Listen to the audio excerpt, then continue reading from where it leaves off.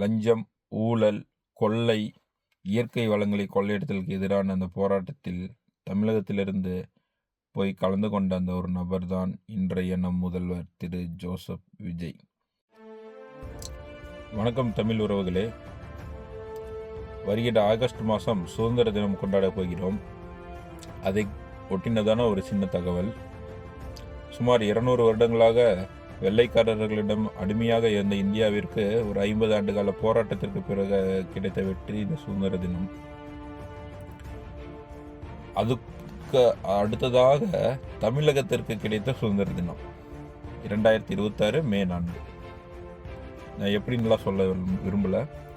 வெள்ளைக்காரர்களிடமிருந்து சுதந்திரம் பெற்று கொள்ளைக்காரர்களிடம் மாட்டிய இந்தியாவின் ஒரு பகுதியான தமிழகத்திற்கு பல ஆண்டு காலத்திற்கு பிறகு கிடைத்த சுதந்திரம் என்றுதான் நாம் இதை சொல்ல வேண்டும்.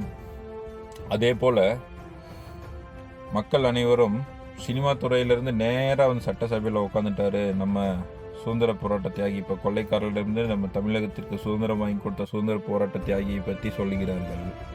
அவரை பற்றி தான் ஒரு சின்ன தகவல்.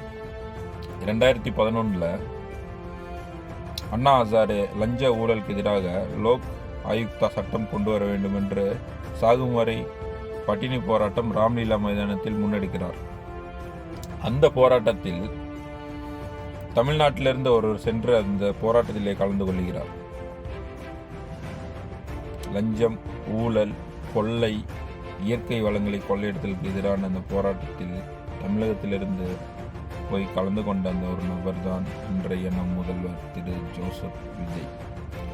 ஆகவே கொள்ளைக்காரர்களிடமிருந்து சுதந்திரம் பெற்ற மே 4 தமிழகத்தின் சுதந்திர தினமாக அறிவிக்க வேண்டும் என்று திரு ஜோசப் விஜய் அவர்களுக்கு நான் இந்த வீடியோ மூலமாக